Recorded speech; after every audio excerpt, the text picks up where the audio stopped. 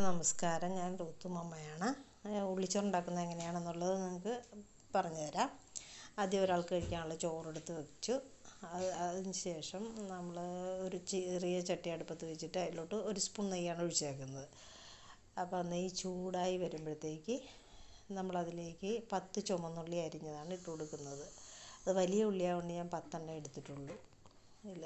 ചെറിയ ഉള്ളിയാണെങ്കിൽ ഒരു 15 വേണം. ഒരു പെണ്ണിന് കഴിക്കാനുള്ള ചോറിന് അത്രയും ഉള്ളി വേണം.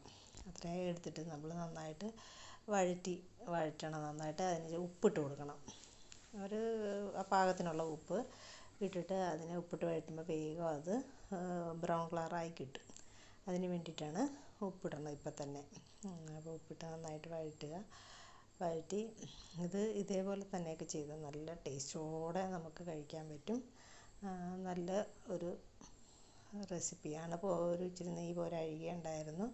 അപ്പോൾ ഞാനൊരു സ്പൂൺ നെയ്യ് കൂടെ ഇട്ട് നന്നായിട്ട് ഇളക്കി ഒരേപോലെ ഇളക്കി കൊടുക്കണം. ഇല്ലെങ്കിൽ എവിടെയെങ്കിലുമൊക്കെ കരിഞ്ഞാൽ കഴിക്കും ചോറ്. അപ്പോൾ കഴിക്കാൻ ബുദ്ധിമുട്ടായിരിക്കും. അതുകൊണ്ട് എപ്പോഴും അത് ഇളക്കി ഒരേ നീറ്റിയിൽ തന്നെ ഇളക്കിക്കൊണ്ടിരിക്കണം. തീ കുറച്ച് വെക്കണം കേട്ടോ. ഒത്തിരി കൂടുതൽ തീയായി പോയെന്നാൽ ഉള്ളി വേകാതെ കരിഞ്ഞു പോകും. അപ്പോൾ അതുകൊണ്ട് ചെറുതീയിൽ കിടന്ന് നല്ലതായിട്ട് മുരിഞ്ഞ് വേണം അത് മൂത്ത് വരാനായിട്ട്. അങ്ങനെ നന്നായിട്ട് വഴറ്റണം കേട്ടോ. എണ്ണ ആ ചോറും കൂടെ പെരളാനുള്ള നെയ്യാണ് നമ്മൾ ഒഴിച്ചേക്കുന്നത്. അതിലേക്ക് വഴഞ്ഞ് ചുവന്ന് വരുമ്പോഴത്തേക്കാണ് നമ്മൾ കുരുമുളക് പൊടി മഞ്ഞൾപ്പൊടിയും കൂടി ഇടുകയാണ്. ഇട്ട് നന്നായിട്ട് വഴറ്റി ആ കുരുമുളക് പൊടി അതിൽ കിടന്ന് മഞ്ഞൾപ്പൊടിയും കൂടെ നന്നായിട്ട് മൂക്കണം. മൂത്തൊരു നല്ല മണമൊക്കെ വരും. അപ്പോൾ അത് കേൾക്കുമ്പോൾ തന്നെ നമുക്ക് ചോറുണ്ണാനുള്ള ഒരു വിചാരം വരും. കാരണം എന്ന് വെച്ചാൽ അത്രയ്ക്ക് ഒരു നല്ല മണമാണ് അത് വരുന്നത്. കുരുമുളകും ഉള്ളിയും മഞ്ഞൾപ്പൊടിയും ഒക്കെ കൂടി അങ്ങോട്ട് മൂക്കുന്നു. ഒരേപോലെ അങ്ങോട്ട് മൂക്കുക. നന്നായിട്ട് ഇളക്കണം.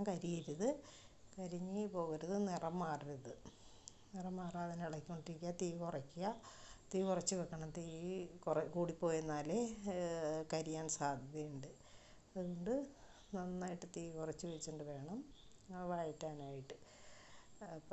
അതിപ്പോൾ ബ്രൗൺ കളറായിട്ടുണ്ട്. അപ്പോൾ ഈ കളറ് കൂടിപ്പോകണ്ട. ഇത്രയും കളറാകുമ്പോഴത്തേക്ക് നമ്മൾ എടുത്ത് വെച്ചേക്കണം ചോറിട്ടിട്ട് നന്നായിട്ട് അതിലിട്ട് തന്നെ ഒന്ന് മുരിച്ച് കൊടുക്കണം. ചോറും ഉള്ളിയും നെയ്യുടെ അകത്ത് കിടന്നങ്ങ് ഒന്ന് വഴറ്റിയെടുത്താൽ അതിന് ടേസ്റ്റ് നമ്മൾ ഉദ്ദേശിച്ച ഒരു ടേസ്റ്റ് വരുള്ളൂ. നന്നായിട്ട് തീ കുറച്ചിട്ടുണ്ട്. അപ്പോൾ ഇനി ഇത് ഇളക്കി കൊടുക്കുക. ഇല്ലേ അത് കരിഞ്ഞു പോകും. അതാണ് ചോറിൻ്റെ വെള്ളവും കൂടെ അടുപ്പിൽ കിടന്നങ്ങോട്ട് വറ്റി നെയ്യുടെ അകത്ത് കിടന്ന ചോറൊന്ന് വരട്ടിയെടുക്കുമ്പോഴത്തേക്കാണ് ആ ഒരു ടേസ്റ്റ് വരുന്നത്.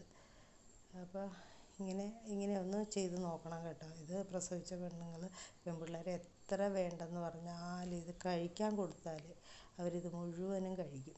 അത്ര ടേസ്റ്റുള്ള ഒരു ചോറാണിത്. ഉള്ളിച്ചോറ് വെക്കുന്നതെന്ന് പറഞ്ഞിട്ട് എല്ലാവരും വെക്കുന്ന ഒരു രീതി ഇങ്ങനെയാണോ എന്ന് എനിക്കറിയില്ല. പക്ഷേ പല പെൺപിള്ളേരും കഴിക്കുന്നില്ലെന്നാണ് പരാതി. പക്ഷേ ഇത് വെച്ചിട്ട് എല്ലാ പിള്ളേരും കഴിക്കുന്നുണ്ട്. അതുകൊണ്ട് ഇങ്ങനെ തന്നെ ചോറ് റെഡി കഴിച്ച് നോക്കിയിട്ട് അഭിപ്രായം കമൻറ്റ് ചെയ്യുക.